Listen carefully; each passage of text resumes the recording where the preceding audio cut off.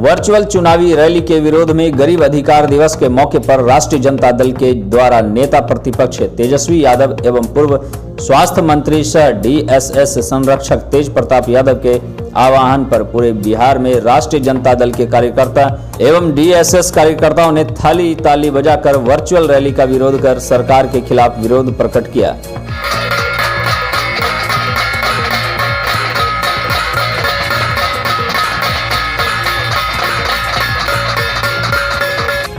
इसी कड़ी में सहरसा के डीएसएस जिलाध्यक्ष सह राजद नेता मनोज यादव ने अपने आवास पर अपने दर्जनों समर्थकों के साथ थाली ताली बजाकर सरकार के खिलाफ विरोध प्रकट करते हुए कहा कि एक तरफ जहां पूरा भारत कोरोना वैश्विक महामारी से जूझ रहा है, तो दूसरी तरफ एनडीए गठबंधन वर्चुअल रैली कर गरीब श्रमवीर का मजाक उड़ा रहे हैं। ये भाजपा जदयू एलजेपी अमीरों की पार्टी है। वर्चुअल रैली कर गरीबों के साथ विरोधी सरकार खिलवाड़ करने का काम कर रही है। सरकार रोजगार की बात न कर बिहार में वर्चुअल चुनावी सभा कर अपनी विफलताओं को दर्शा रही है।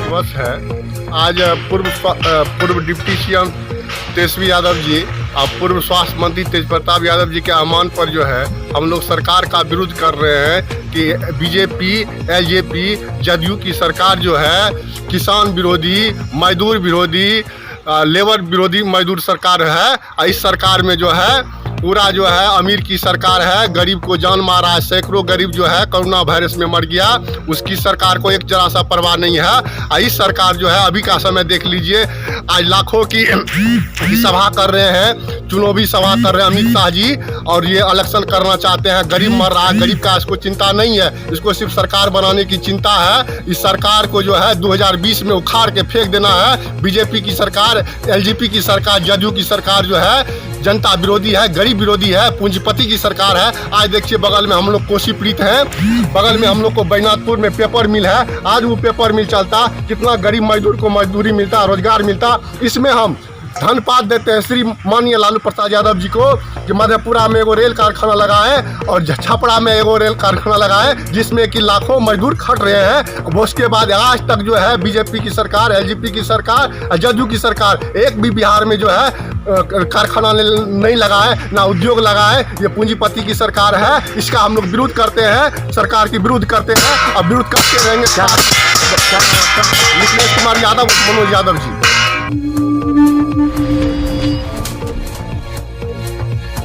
सहरसा जिले के बसनही थाना क्षेत्र के रघुनाथपुर पुल के समीप देर रात बेखौफ अज्ञात बदमाशों ने बाइक सवार 30 वर्षीय युवक की गोली मारकर हत्या कर दी।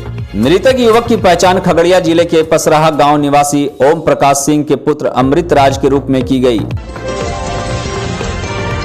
ये क्या मामला बताएंगे? जी सर, अमृत राज जी जीपीएस लगाने का काम पूर्णिया में रख करते थे और कल आलमनगर आए थे पूर्णिया से यहाँ जीपीएस लगाने के लिए।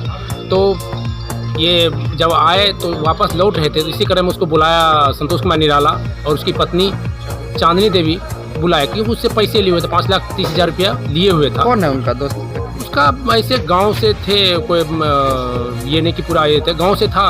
इसको बुला करके रास्ते में ही उसको गोली मरवा दिया। कहाँ गोली लगी थी? गोली लगी है ये जगह है रघुनाथपुर पुल के समीप में गोली मारा गया। शरीर में कहाँ गोली लगा? शरीर में एक ही गोली लगा, सीना के पास लगा। जी, कब की घटना है? ये कल लगभग 8 बजे की घटना। अमृत राज की उम्र कितना होगा? लगभग उनका उम्र 25 से 30 के।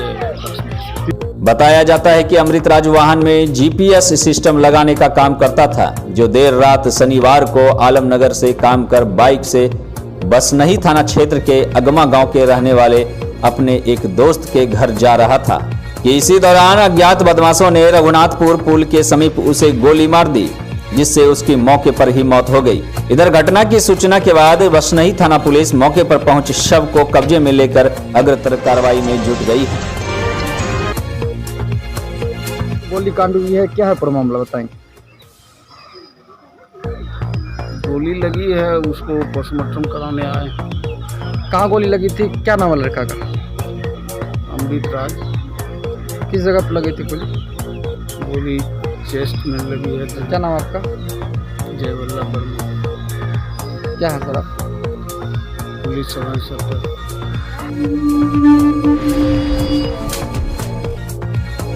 सहरसा जिले के 70 कटैया प्रखंड के पीपुल्स पावर कार्यकर्ताओं के द्वारा महिषी विधानसभा चुनाव 2020 हेतु भावी रणनीति को लेकर एक महत्वपूर्ण बैठक का आयोजन शिवपुरी सहरसा में किया गया। इस एक दिवसीय बैठक की अध्यक्षता प्रदेश प्रवक्ता शंकर कुमार शशि ने किया और निम्न बातों पर चर्चा की और कहा, इस विधानसभा बैठक में मुख्य रूप से बिहार विधानसभा चुनाव 2020 में महिषी विधानसभा में 100% जीत सुनिश्चित करने हेतु पीपुल्स पावर की आगामी रणनीतियों पर चर्चा की गई। आप सभी लोग डॉक्टर गौतम कृष्ण की छवि से, उसके व्यवहार विचार से, उसके कार्य कुशलता से आप लोग परिचित हैं। मुझे विशेष कहने की कोई जरूरत नहीं है, इसीलिए आप लोगों से सभी पीपुल्स पावर कार्यकर्ताओं ने पीपुल्स पावर के राष्ट्र संरक्षक सह बीडीओ डॉक्टर गौतम कृष्ण की जीत महिषी विधानसभा चुनाव 2020 में सुनिश्चित करने हेतु विधानसभा के प्रत्येक मतदाता को उनके विचारों से अवगत कराने व प्रत्येक मतदाता से जुड़ने का संकल्प लिए हैं एवं आगामी विधानसभा चुनाव को लेकर विशेष चर्चा भी की है। क्या है इसका मुख्य उद्देश्य? आज पीपुल्स पावर के द्वारा महिषी विधानसभा चुनाव को लेकर के, जो विधानसभा चुनाव होना है 2020 में, उसको लेकर के 70 कटिया प्रखंड और विधानसभा के सभी कार्यकर्ताओं का विशेष तौर पर बैठक का आयोजन किया गया है। और आज सभी कार्यकर्ता बैठक में महिषी विधानसभा की बेहतर रणनीति के लिए और डॉक्टर गौतम कृष्ण को इस चुनावी समर में सफलता के लिए हम लोग यहाँ बात कर रहे हैं। सभी दूर दूर से कार्यकर्ता यहाँ आए हैं, उन्हीं के दिशा निर्देश के आलोक में हम लोग यह कार्यक्रम का आयोजन किए हैं।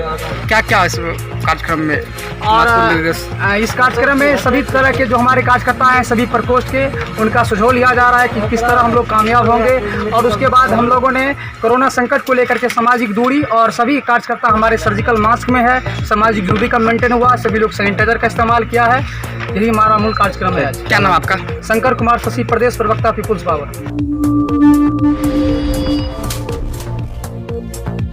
वैश्विक महामारी कोरोना को लेकर निजी अस्पतालों में भी सुरक्षा बढ़ा दी गई है।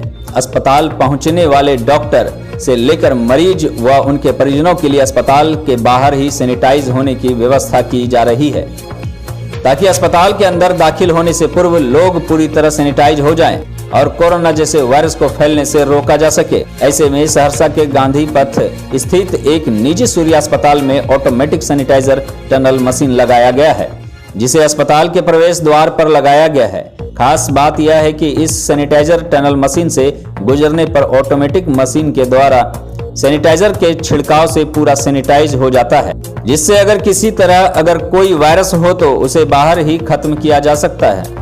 निजी अस्पताल में पहली बार इस तरह की व्यवस्था से लोगों में खुशी देखी जा रही है। Bureau report, Aman Kumar, Saharsa. 2 से 3 सेकंड रुकना है।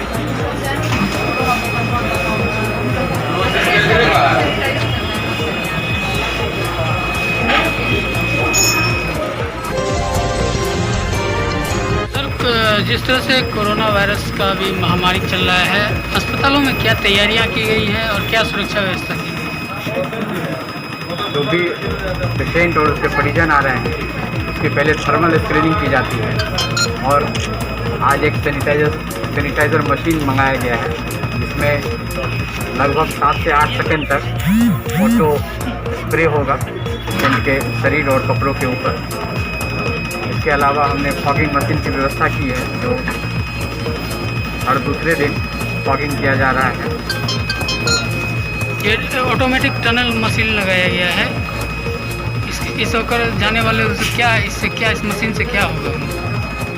ये ऑटो फॉगिंग मशीन है, जिसमें सोडियम हाइपोक्लोराइड सॉल्यूशन पेशेंट के ऊपर या परिजन के ऊपर जो भी इससे गुजरेंगे उसके ऊपर फॉगिंग होगी और 8 सेकंड तक ऑटो फॉगिंग होती रहेगी जो भी लोग गुजरेंगे, और इससे कोरोना के संक्रमण का खतरा कम होगा। जिले में पहला ये टनल मशीन लगाया गया है। हाँ, जैसा कि मुझे ज्ञात है कि इस सहरसा जिले में कहीं किसी प्रतिष्ठान में इस तरह की मशीन नहीं आई है, और मुझे बिहार के बाहर से इस मशीन को मैंने ऑर्डर किया था, जो कि आज इंस्टॉल हुआ है।